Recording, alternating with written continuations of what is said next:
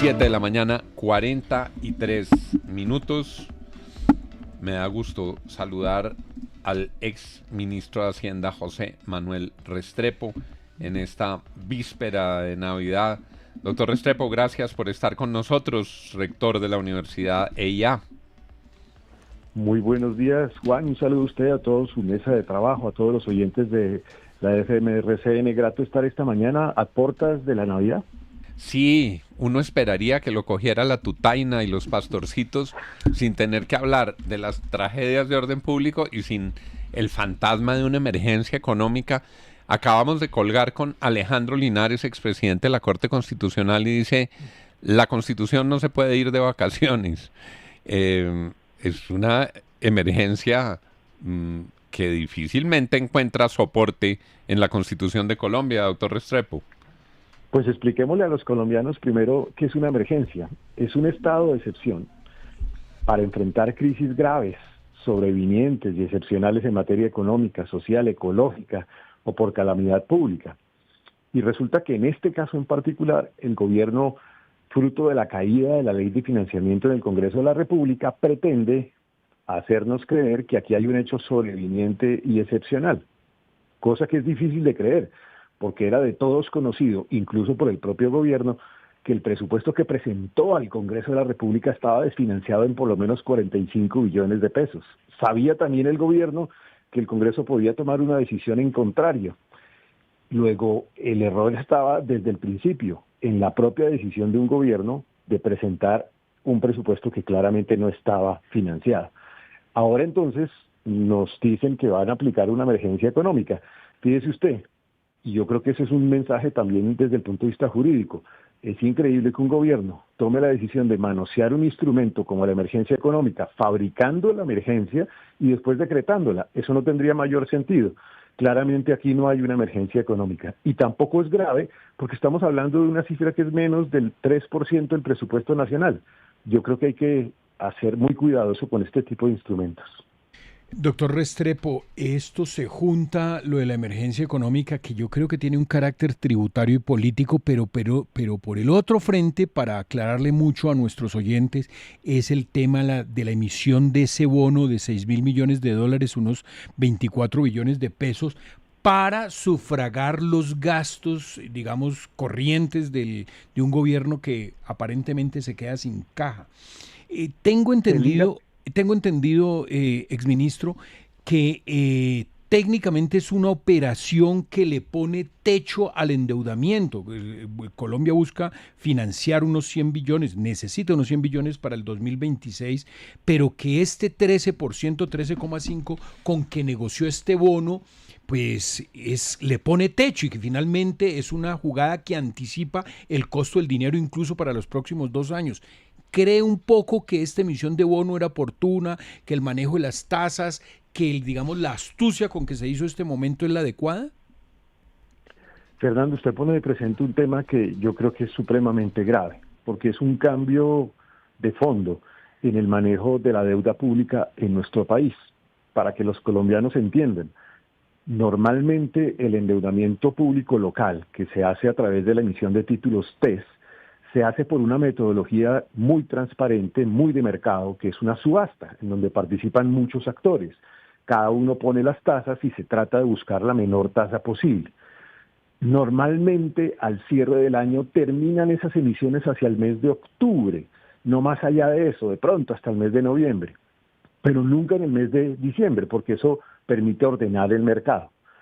En esta oportunidad, y por eso es un giro de fondo radical en el manejo del crédito público, se hace una entrega de ese título a un inversionista que no conocemos, llamémoslo un inversionista fantasma, por 23 billones de pesos. Ese inversionista se convierte en el cuarto o en el quinto hoy inversionista de títulos TES en Colombia. 23 billones es muchísimo dinero. Y lo peor aún es que no se conocen detalles realmente ni los plazos, como ya dije, ni el nombre, y la tasa se hace una estimación del orden del 13.15%, que para decirlo claramente es casi un 50% más del costo que se emitía a inicios del año 2022.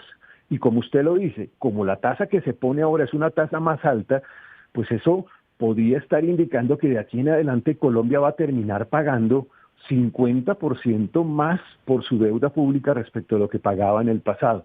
Es una operación opaca a todas luces y muy peligroso que de aquí en adelante Colombia entonces está entrando en un escenario que no conocíamos, en donde vamos a tener que acceder a unos inversionistas distintos para financiar más costoso la deuda pública del país. Peligroso.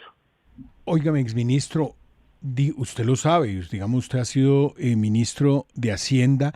¿Quiénes pueden ser esos compradores en el mercado? ¿Quién puede ser? ¿Es un fondo? ¿Es BlackRock? No sé. ¿Es quiénes? ¿Es Vanguard? No sé. ¿Quién puede ser ese comprador individual? Porque hay mucha suspicacia en el mercado.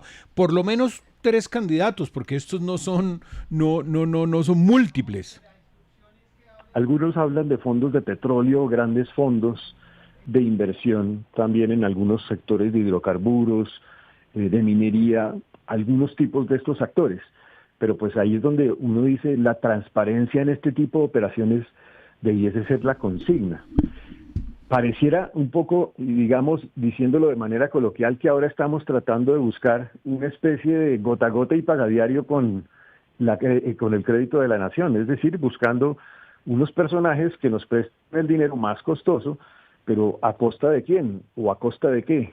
A costa de que los colombianos en el mediano y largo plazo van a tener que pagar más intereses de deuda pública. Y hay que explicarle al ciudadano qué implica eso.